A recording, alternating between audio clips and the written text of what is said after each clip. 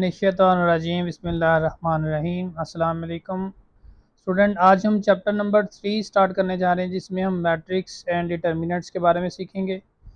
तो इसमें इनके जो है ना हम ऑर्डर ऑफ मैट्रिक्स क्या होता है और इसके अलावा इनके जो रिलेटेड वर्ड प्रॉब्लम्स हैं उनके बारे में सीखेंगे। तो आइए तो स्टार्टिंग में मैट्रिक्स की डेफिनेशन है। Matrix is a rectangular array in shape whose elements or entries are written within square bracket in a specific order in rows and column. The array obtained certain algebraic operation.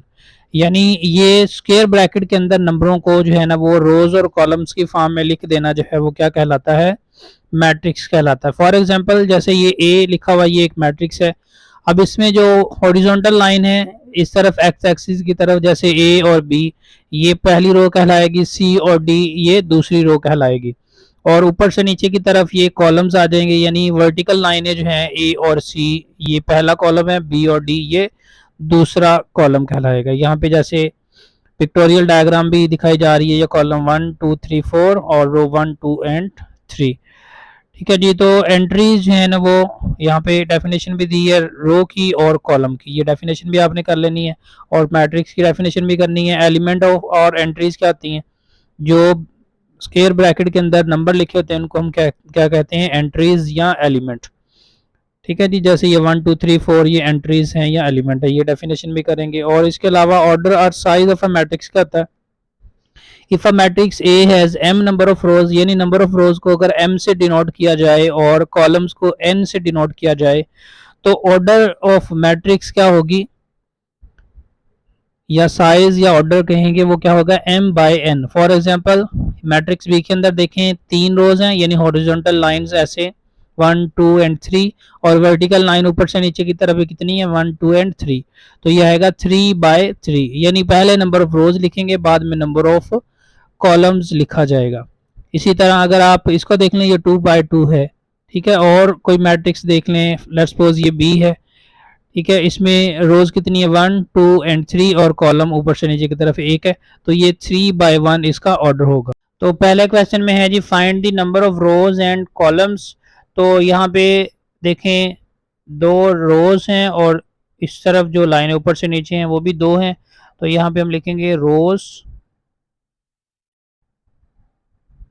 Of A is equal to 2 और आगे लिखेंगे column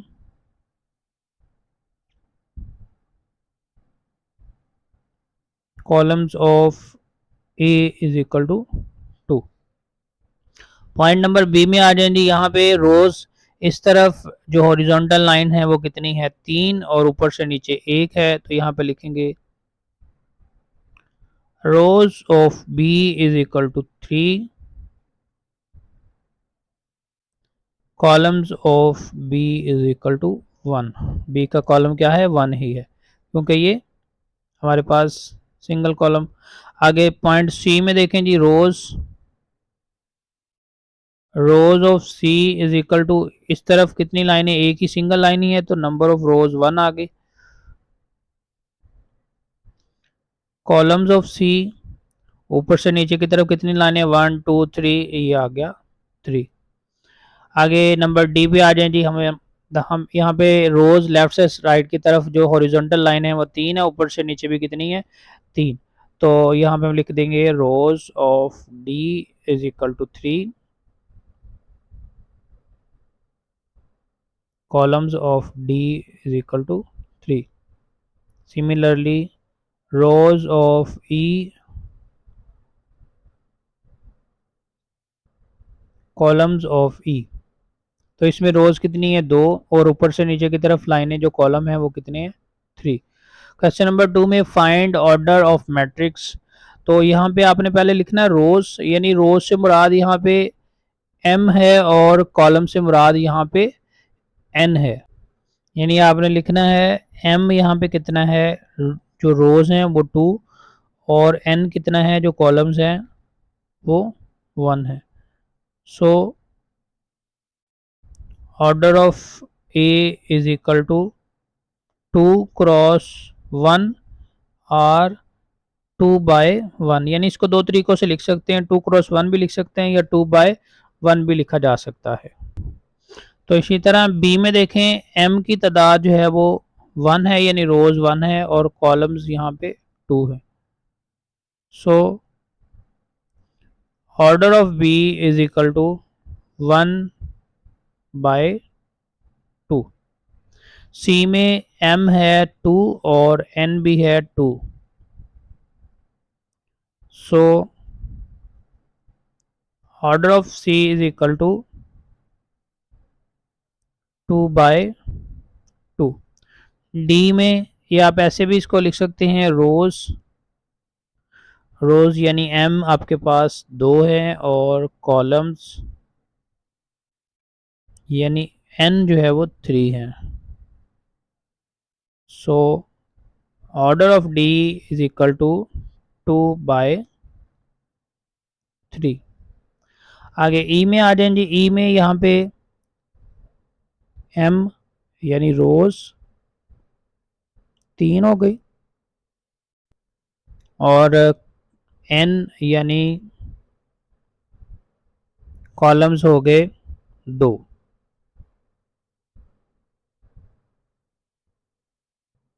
so order of E is equal to 3/2। यहाँ पे F में देखें, M rows 1 है और column भी एक ही इसमें। So order of F will be equal to 1/1। Next question number 3 में है which are equal matrix in the following. तो यहाँ पे ये मैट्रिक्स दिए गए हैं, यहाँ पे आपने देखना है कि इनमें से कौन से इक्वल है। ए की वैल्यू देखें तो 0 3 4 1 है, बी की 9 -7 है और सी की ये 3 रोज हैं 2 कॉलम है। डी में एक ही कॉलम एक ही रो। तो आप डी में देखें तो ये 5 + 4 9 आ जाता है, -8 + 1 7। तो यानी ए बी और डी इक्वल है। तो यहाँ पे हम लिख सकते हैं B and D are equal matrices. उसके बाद सी की तरफ आ जाए। यहाँ पे 6 है, 2 3 6, 2 2s are 4, 4 + 4 8, 2 - 1 1, 4 - 1 3, 3 + 0 3। तो ये आप देख सकते हैं जी, ई जो है ना यही वैल्यू दे रहा है, 2 3 6, 2 2s are 4, 4 4 8 यही है। 3 इधर आ रहा है, 4 - 1 3 4 -1 यहाँ पे आ रहा है जी। यहाँ पे वैल्यू जो है ना वो थोड़ी सी गलत लिखी गई है, यहाँ पे आपके पास 3 है जी और 2 - 1 1 आ रहा है, यानी सी और ई क्या है, इक्वल है। यहाँ पे हम लिखेंगे C and E are equal matrices. उसके बाद आ जाए जी ये एफ के ऊपर। यहाँ पे ये 0 है, यहाँ पे 3 - 3 0 हो गया, यहाँ पे 3 3 4 है, 3 + 1 4, 1 1 सेम है। तो यहाँ पे हम लिखेंगे A and F R equal matrices. Next question number 4, if a is equal to a plus 2, c minus 3, b minus 1, d plus 4 is equal to 5 8 6 4, then find the values of a b c and d। तो यहाँ पे हम लिखेंगे by comparing, यानी solution में यही values आपने लिख के दोबारा by comparing we have a plus 2 किसके इक्वल लिखेंगे, 5 के। यहाँ से 2 5 में से माइनस हो जाएगा, a की वैल्यू क्या आ जाएगी 3।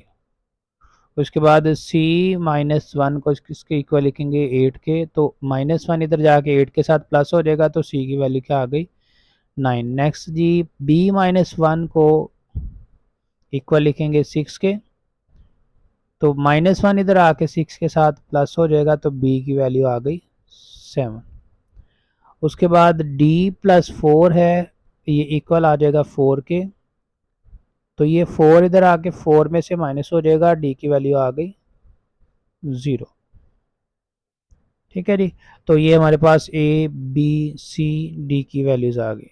सो यहाँ पे इकट्ठी भी लिख सकते हैं। So values are A is equal to 3, B is equal to 7, C is equal to 9 and D is equal to 0। आगे क्वेश्चन नंबर 5 में है यहाँ पे if 2x plus 1 4 7 5 is equal to 9 7 4y then find values of x and y। तो solution में हम इनको compare कर देंगे, यहाँ पे लिखेंगे by comparing we have 2x plus 1 किसके इक्वल आ जाएगा 9 के, यहाँ से 2x 1 उधर जाके 9 में से माइनस हो गया, 2x 8 आ गया, x is equal to 8 divide 2, x की वैल्यू क्या आ गई 4। उसके बाद कंपेयर कर देंगे इस वैल्यू को, ये y डायरेक्ट जो है वो किसके इक्वल आ जाएगा, यानी 5 is equal to y implies that y is equal to 5। So values are x is equal to 4 and y is equal to 5। Question number 6 में है जी ए दो मैट्रिक्स इक्वल हैं, कंपेयर करना है इनको, यहाँ से भी ए बी सी डी की वैल्यूज निकालनी है। तो यहाँ पे हम लिखेंगे बाय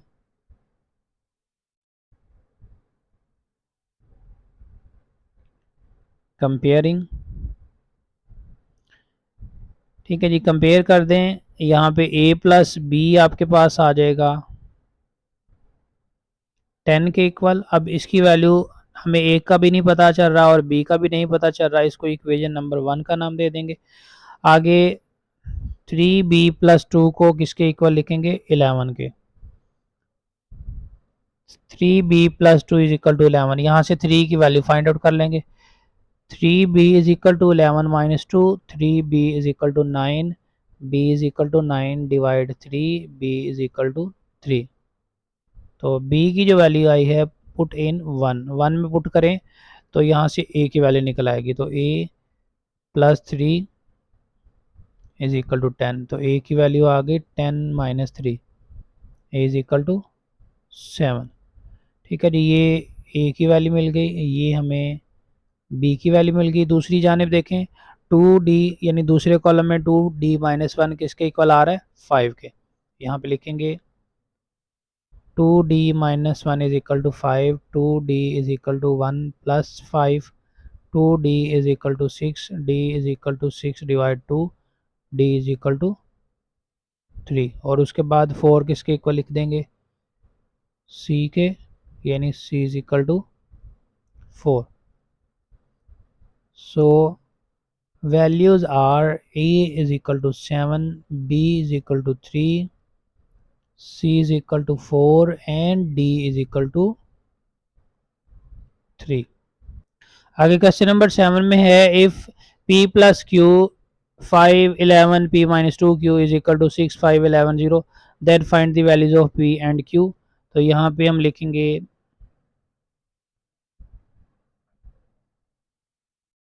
बाय कंपेयरिंग, कंपेयर करें तो p प्लस क्यू आपके पास आ जाएगा इस पहली एंट्री 6 के इक्वल और p माइनस 2 क्यू आ जाएगा 0 के इक्वल। ये इक्वेशन नंबर 2 हो गई, ये इक्वेशन नंबर 1 हो गई।